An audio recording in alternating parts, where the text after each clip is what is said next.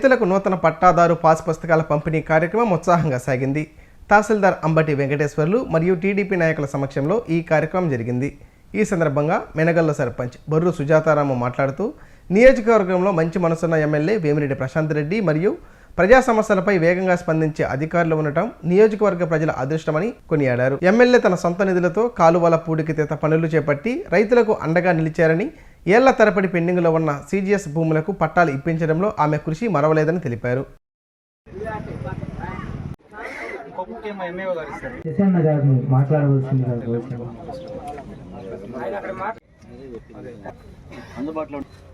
రైతులందరూ దీన్ని సద్వినియోగం చేసుకొని ఇక్కడికి రాలేని వాళ్ళు కూడా మన పంచాయతీ ఆఫీస్కి వస్తే ఎవరైనా మిస్ అయిన వాళ్ళు మనం ఇస్తాము.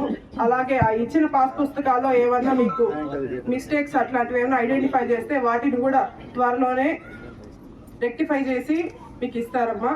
అలాగే మనం గత ప్రభుత్వంలో చూసినట్టయితే రీసర్వే అంటే మనకి ఏమైనా ప్రాబ్లమ్స్ ఉంటే రెక్టిఫై చేసుకోవడానికి పెట్టేవాళ్ళు. కాకపోతే గత ప్రభుత్వంలో మనం చూసింది ఏంటంటే ప్రతిదీ ప్రాబ్లమే. ఇప్పుడు ప్రాబ్లమ్స్ని రెక్టిఫై చేసి మనకి వచ్చిన ఈ ప్రభుత్వంలో కొంతకాలంలోనే మనకి రెవెన్యూ ప్రాబ్లమ్స్ చాలా వరకు సాల్వ్ అవ్వడం మనం చూసాం. అలాగే రీసెంట్గా మాకు సీజీఎఫ్ఎస్ ల్యాండ్స్లో ఉన్న ఇబ్బంది కూడా మాకు రెక్టిఫై చేయడం జరిగింది. అలాగే మన ప్రభుత్వం సాదా బైనామా కూడా రీసెంట్గా రిలీజ్ చేయడం జరిగింది. 1 సంవత్సరం గడువు ఇచ్చారు. అగ్రిమెంట్స్ ఉన్న వాళ్ళందరూ రిజిస్ట్రేషన్ చేసుకోవచ్చు. కాబట్టి ప్రతి ఒక్కరూ ఇలాంటి అవకాశాలను సద్వినియోగం చేసుకుంటారని కోరుకుంటున్నాను. గత ప్రభుత్వంలో రీసర్వే జరిగి అప్పుడున్న ఎక్స్సీఎం గారి ఫోటోలు, అదేవిధంగా లోగోస్ అలాంటివి ఉన్న వాటిని తొలగించి ఇప్పుడు ఆంధ్రప్రదేశ్ ప్రభుత్వం అధికారిక చిహ్నంతో ఈ పట్టాదారు పాస్ పుస్తకాలు ఇవ్వడం జరుగుతుంది. అదేవిధంగా ఈ పట్టాదారు పాస్ పుస్తకాల్లో మ్యాక్సిమం మేము ఏదైనా తప్పులు దొరికి ఉంటే వాటన్నిటిని పక్కన పెట్టేసి ఏదైతే ఖచ్చితమైన పట్టాదారు పాస్ పుస్తకాలు ఉన్నాయో వాటిని ఇవ్వడం జరుగుతుంది ఈరోజు. ఆ తర్వాత మీకు ఇచ్చిన తర్వాత కూడా ఏదైనా కానీ ఇంకా మీ దృష్టికి ఆ పుస్తకం వచ్చిన తర్వాత ఏదైనా చిన్న చిన్న కరెక్షన్స్ అంటే పేరులో ఏదైనా చిన్న తప్పు ఉన్నా కానీ, సర్వే నెంబర్లో ఏదైనా తప్పు ఉన్నా కానీ, అదేవిధంగా ఆధార్ నంబర్లో తప్పున్నా, మొబైల్ నంబర్లో తప్పున్నా, అదేవిధంగా కులము పేరు ఏదైనా తప్పున్నా కానీ, ఇంకా ఇలాంటి చిన్న చిన్న తప్పులు మీ దృష్టికి ఒకవేళ ఆ బుక్ తీసుకున్న తర్వాత వస్తే, ఎందుకంటే మేము వెరిఫై చేసాము వాటిల్లో ఎలాంటి లేవని చెప్పి నిర్ధారణకు వచ్చిన తర్వాత అలాంటి కరెక్ట్గా ఉన్న పాస్ పుస్తకాలనే ఈరోజు పంపిణీ చేయడం జరుగుతుంది. ఇంకా కూడా ఎక్కడైనా పొరపాటున 1, 2 ఏదైనా తప్పులు దొరికి ఉంటే అది మా దృష్టికి తీసుకొని కానీ వస్తే మేము మళ్ళీ వాటిని కరెక్ట్ చేసి ఇస్తాము. అదేవిధంగా ఇప్పుడు మీరు ఈ రోజు ఏదైతే పట్టాదారు పాస్ పుస్తకాలు తీసుకుంటున్నారో మీకు గత ప్రభుత్వంలో ఇచ్చిన పట్టాదారు పాస్ పుస్తకాలు ఏవైతే ఉన్నాయో అవన్నీ కూడా మీరు ఈ రోజు మాకు సరెండర్ చేయాల్సి ఉంటుంది.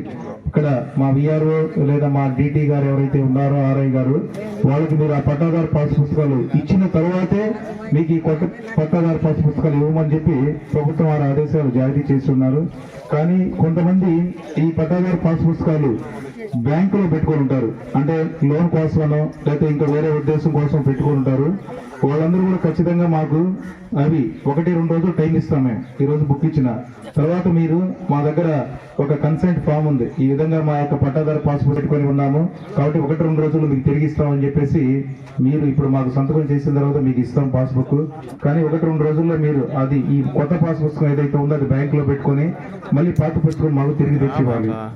అదేవిధంగా మనకి ఇక్కడ చూసుకుంటే ఈ ప్రభుత్వం వచ్చిన తర్వాత దాదాపు మనకి ఏం చేసామంటే అతి పెద్ద సమస్య ఏదైనా ఉండిందంటే నేను కూడా ఈ మండలానికి వచ్చిన తర్వాత సాదా బైనామా అంటే ఏంటంటే ఎవరికైనా రైతులు గత 10, 20, 30 సంవత్సరాల క్రితం వాళ్ళందరూ కూడా అప్పట్లో తెలియదు కాబట్టి అగ్రిమెంట్ల ద్వారా భూములు కొనుగోలు చేసుకొని ఉన్నారు.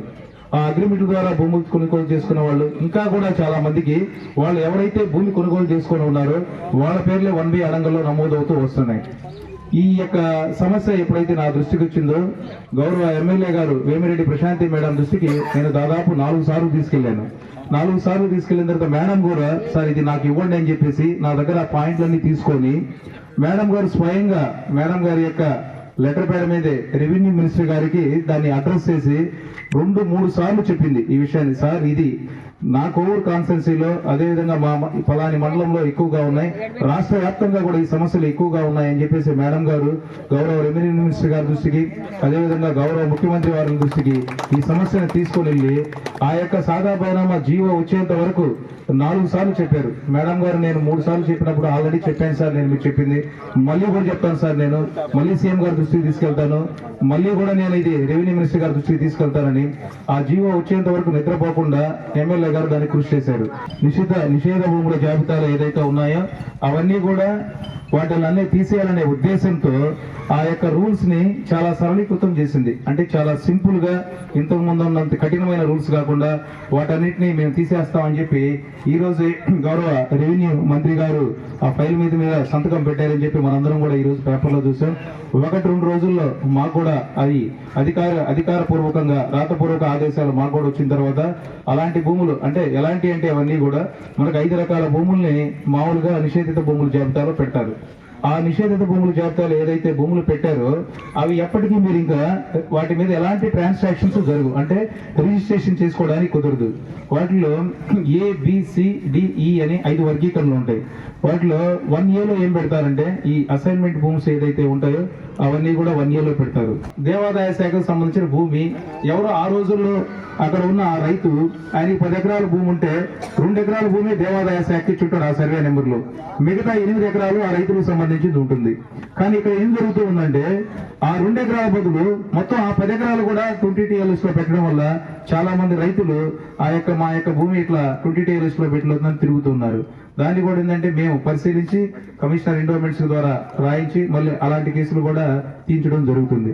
అట్లా ఈ విధంగా ప్రొసీజర్ ఇంత రిజిడ్ గా ఉందని చెప్పేసి ఉద్దేశంతో ఈ రోజే గౌరవ రెవెన్యూ మంత్రి గారు వాటిని సరళీకృతం చేయడం జరిగింది. అదేవిధంగా రైతులకు సంబంధించి పట్టాదారు పాస్ పుస్తకం అనేది ఏంటంటే మీ అందరికీ తెలుసు. ఎందుకంటే మీకు 1B అడంగులు వచ్చినా గానీ ఇంకా బ్యాంక్స్ లో మామూలుగా పట్టాదారు పాస్ పుస్తకం ఉంటే మేము లోన్ ఇస్తాం, అదేవిధంగా అన్నదాత సుఖీభావ అంటే మాకు 1B అడంగులు ఉంటే ఇస్తున్నాం అని అడుగుతున్నారు. కాబట్టి అవన్నీ కూడా గతంలో కూడా చాలా మంది చెప్పారు. ఈ విధంగా ఒక వ్యక్తుల బొమ్మలు లేకపోతే ఆ లోగోస్ ఉంటే మేము ఈ విధంగా లోన్స్ ఇవ్వని చెప్పి గతంలో కూడా కొన్ని బ్యాంక్స్ చెప్పాయని చెప్పారు. అలాంటిది ఏదీ లేకుండా ఈ ప్రభుత్వం వచ్చిన తర్వాత ప్రతిష్టాత్మకంగా తీసుకుని ఈ రోజు అంటే 2వ తారీఖు నుంచి 9వ తారీఖు వరకు రాష్ట్ర వ్యాప్తంగా అన్ని గ్రామాల్లో ఈ యొక్క కార్యక్రమాలని ఏర్పాటు చేయడం అని ఆదేశించిన ఉద్దేశంతో ఈ రోజు మనం ఈ వెనగల్ల గ్రామంలో ఏర్పాటు చేయడం జరిగింది.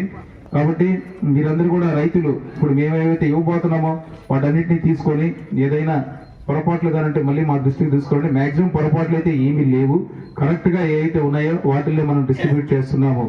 అదేవిధంగా ఇంకా ఏదైనా ఎలాంటి సమస్యలు రెవెన్యూకి సంబంధించి కానీ లేకపోతే ఇంకా వేరైనా సమస్యలు కానీ ఉంటే మా దృష్టికి తీసుకొచ్చిన తర్వాత మేము మళ్ళీ డిస్కస్ చేసుకొని వాటన్నిటిని కూడా సాల్వ్ చేయడం జరుగుతుంది. ఒకప్పుడు కాలాలు తోమంటే అయ్యా నిధులు లేవు, సార్లు లేవు, ఎక్కడ డబ్బులు వస్తాయి ఇలా అంటున్నారు. దీనికి ప్రాపర్ అప్రూవల్ లేదు, ఈ కాలాలకు అప్రూవల్ లేదు, దీనికి ఉంది డబ్బులు మళ్ళేస్తారు. ఒకవేళ చేసినా కూడా డబ్బులు వచ్చేది కాదు ఒకప్పుడు. ఈరోజు నేను గర్వంగా చెప్తున్నాను, ఎప్పటి నుంచో తవ్వని కాలువలు మేడం గారు సొంత డబ్బులు వెచ్చిచ్చి ఆమె సొంత చేసి ఎటాచీ పెట్టించి కాలాలు తవ్విస్తుంది. దానికి రూపాయి కూడా తీసుకోకుండా ఆ సొంత డబ్బులతో ఇప్పటి వరకు రైతుల గురించి పట్టించుకున్న నాదులు లేదు. సొంత కాలాలు తవ్వించడం కానీ మళ్ళా ఎవరన్నా ప్రజలు పోయేసి అమ్మ మా కాళ్ళ తోలేదంటే ఇమ్మీడియట్లీగా అధికారులకి ఆమె ఫోన్ చేసి పలానా కాళ్ళ తోమంటుంది. తోవకపోతే అమ్మ దానికి అప్రూవల్ లేదు మేము చేయలేమమ్మా అంటే నా బండి పంపిస్తాను తోయించుకోమంటుంది. ఇటువంటి ఎమ్మెల్యే గారు మనకి చిక్కడం నిజంగా చాలా అదృష్టము. ఆమెని మేము ఎంతో మన ఆడబొచ్చులాగా మనం సేకరించి ఆయనకి అత్యంత మెజారిటీ ఇచ్చి ఆయన గెలిపించుకున్నాము. మనం ఎంతైతే నమ్మకం పెట్టుకుని ఆయన గెలిపించామో అంతకీ 100 రెట్లు ఆమె కూడా మనకి సేవ చేస్తుంది. ఎంతో పెద్ద కుటుంబంలో పుట్టి ఎంతో ఉన్నత స్థానంలో ఉండి ఆమె మన జనాభా ప్రతి ఎవరు పోయినా కూడా ఆమె కాడికి ఇంటికాడికి ఎవరు పోయినా కూడా ఒకప్పుడు 3 గేట్లు 3 ధరపలు అంటుండేవాళ్ళు. ఇప్పుడు ఏం లేవే డైరెక్ట్ గా పోవటం. ప్రతి ఒక్కరు నాయకులు కూడా పట్టించుకోవట్లేదు. ఊళ్ళో నాయకులు కూడా ఏ సమస్య ఉన్నా కూడా డైరెక్ట్ గా ఎమ్మెల్యే మేడం కాడికి పోతున్నారు, సాల్వ్ చేసుకొస్తున్నారు. ఇది కదా మనకు కావాల్సిందే, ఇటువంటి పరిపాలన కదా మనకు కావాల్సిందే. ఏ సమస్య అయినా కూడా చాలా తొందరగానే సాల్వ్ అవుతుంది. గత 30 ఏళ్ళ నుంచి మా ఊర్లో సీరియస్ ల్యాండ్ ఇచ్చున్నారు. 100 ఎకరాలు సీరియస్ ల్యాండ్ ఇచ్చుంటే దాన్ని ఎవరు పట్టించుకోలేదు.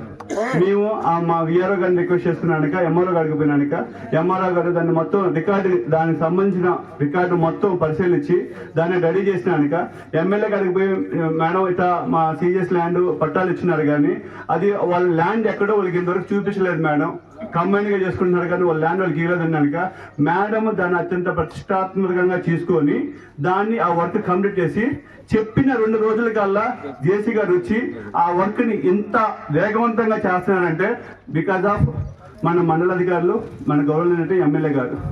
నిజంగా ఇటువంటి అధికారులను పెట్టుకొని ఇంత సమర్థవంతమైన పరిపాలన చేస్తున్నటువంటి మన ఎమ్మెల్యే గారికి నిజంగా కృతజ్ఞతలు తెలుపుకుంటున్నాను సార్. అదేవిధంగా ఏ సమస్య ఉన్నా కూడా జనాభా మేడం గారికి పోయినట్లయితే సాల్వ్ చేస్తుంది. నిజంగా చాలా సంతోషం అండి ఈ విషయంలో. ఈరోజు పట్టదారుల పాస్ పుస్తకాలు ఇచ్చినటువంటి ఎవరికైనా ఏదైనా సమస్య ఉన్నట్లయితే, మీ పాస్ బుక్లో ఏదైనా సమస్య ఉన్నట్లయితే ఇమీడియట్లీగా మన విఆర్ఓ గారిని కలవండి, అదేవిధంగా మన ఎంఆర్ఓ గారిని కలవండి. మీకు చాలా ఓపిక్గా మీరు చెప్పిన ఏ సమస్య అయినా చాలా ఓపిక్గా ఈయన విఆర్ఓ గారు కానీ ఎంఆర్ఓ గారు కానీ మండల స్టాఫ్ కానీ ఉన్నారు ఈసారి.